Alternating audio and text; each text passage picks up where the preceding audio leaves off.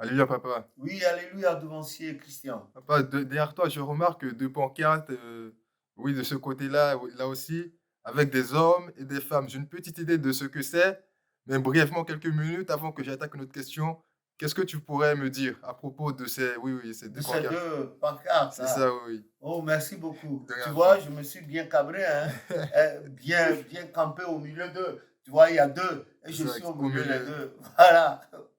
Quand je me souviens de ce que Dieu les a employés à faire dans son Église, je suis rassuré que je suis dans une bonne direction et dans l'Église du christianisme céleste. C'est vrai, le Seigneur a permis, m'a fait la grâce d'être né là, dans cette Église.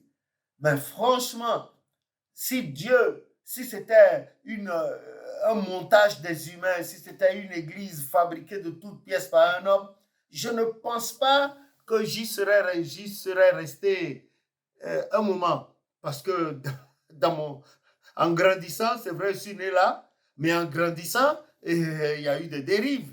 Et surtout à l'âge pubertaire, à l'adolescence, on est allé à gauche, à droite. Et puis, bon, comme on portait la marque du Seigneur par la grâce de Jésus, on est revenu et nous vous y voici.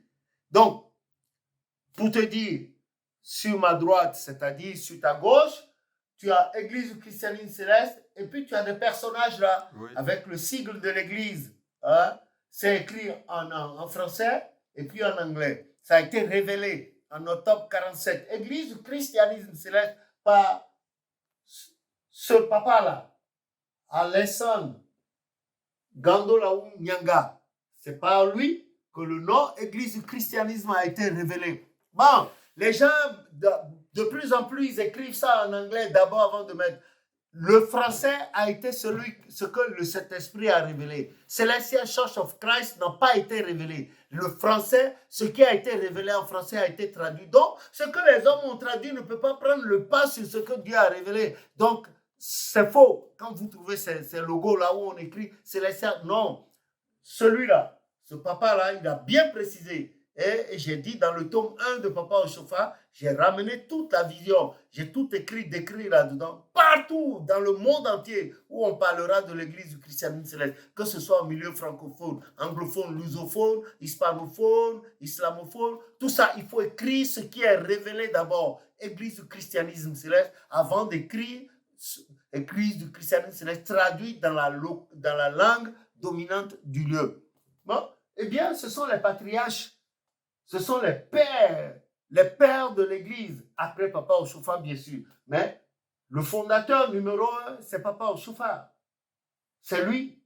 Et j'ai fait une petite légende là. C'est lui. Il est né le 18 mai 1909 à Porto Novo, au carré 30, maison Balogun, à Ranticome à Porto Novo. C'est lui, le prophète fondateur. Et à côté, vous avez le second personnage de l'église, son frère de chambre. Ils étaient ensemble, les deux, Papa Yansounou et lui, ont vécu ensemble à Zevuzungi, à Porto Novo, dans notre maison familiale, depuis 1916.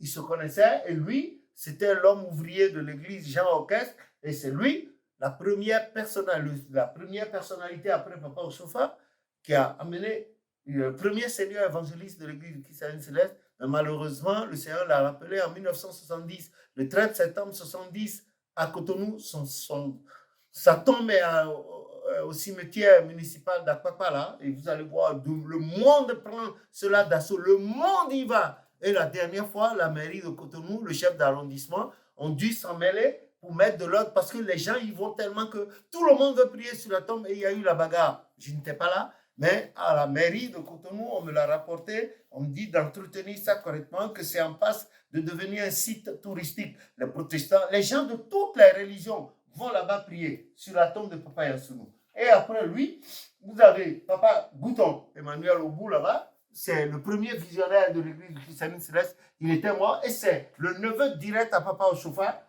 dont la maman est quelque part. Voilà, la maman est là. Maman Ekoulayo, Elisabeth Gouton, née Ochofa. C'est la grande sœur la seule grande sœur que le prophète a connue. Et c'est son fils là, Emmanuel. Il est mort. Et celle-ci, c'était au début, complètement les premières heures, elle est allée voir son frère le futur prophète lui a dit à ton neveu, moi, lui, il est venu à Hymnofilé, là, c'est à Porto Nouveau, a mis sa toge sur lui, lui a imposé la main. Et le cadavre, Guto Emmanuel, en ressuscitant, est venu en prophétisant.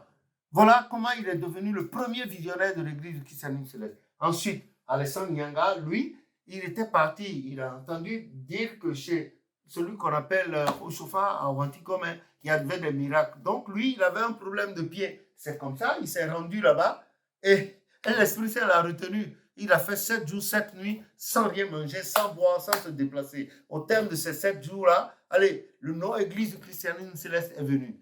Il n'a pas parlé, il a demandé, il a mimé, on lui a donné la craie, il a écrit comme ça, un arc de 7, pas comment aujourd'hui on voit, hein? En arc-en-ciel. En arc-en-ciel, non. Tout est expliqué là-dedans, dans le livre. Ensuite, après lui, vous avez Alexandre Bada. Il n'est pas le premier Nigérien à avoir connu l'église. Le premier Nigérien à avoir connu l'église, l'homme, c'est celui-là. Mais sinon, c'est une femme qu'on appelait Victoria Tanimo. C'est elle, la première personne nigériane qui est venue voir qui était allée voir ce que faisaient les 7 pêcheurs dahoméens qui sont partis de Urobagi là-bas, qui ont mené l'église dans leurs affaires à Makoko, sur les bords de Makoko. Sinon, c'est elle. C'est lui là, Papa Yane Koko, qui a amené Papa Bada à l'église parce qu'il souffrait d'un mal. Et quand il a vu le prophète Bada, Papa a vu le prophète Oshofa, il était évangéliste en ce moment, lui a posé la main, le mal a quitté, et Bada est resté. Tandis que l'autre, Papa Yane Koko, lui, il était très occupé par ses affaires, il n'est pas resté. Après lui, Bada, il y a Benoît, le supérieur Benoît. Bon, il était à la chorale avec nous quand Lida Humvenou est mort le 31 décembre 64. Et Papa Oshofa, très, très triste, a dit, mais qu'est-ce qu'on pourra mettre de bien à la place de Lida Humvenou? Et Papa Yansounou, lui, automatiquement, il a répondu Frère B, c'est-à-dire Benoît. Tout le monde l'appelait Benoît. Nous, on était trop petits pour l'appeler Benoît. On l'a surnommé Frère Benoît, c'est-à-dire le B de Benoît. Frère B, c'est un homme très calme, très, très, très, très doux. Il parlait presque pas. Donc, en janvier 1965, on l'a intrôné, on l'a sacré là. Il est resté à la tête de la paroisse. Donc, il n'était pas dans la hiérarchie de l'église. Et le Papa Yansounou insistait auprès du prophète, lui dit, si lui, Yansounou, venait à mourir en chemin, Papa Oshofa resterait le seul francophone dans l'église. Sinon, tout le reste, c'était des anglophones. C'est comme ça on a recalé ce vieux-là, on a recalé Papa Yane Koko et on a mis le supérieur Abba aussi à sa place. Et lui, il est devenu la 4e personnalité historique de l'église.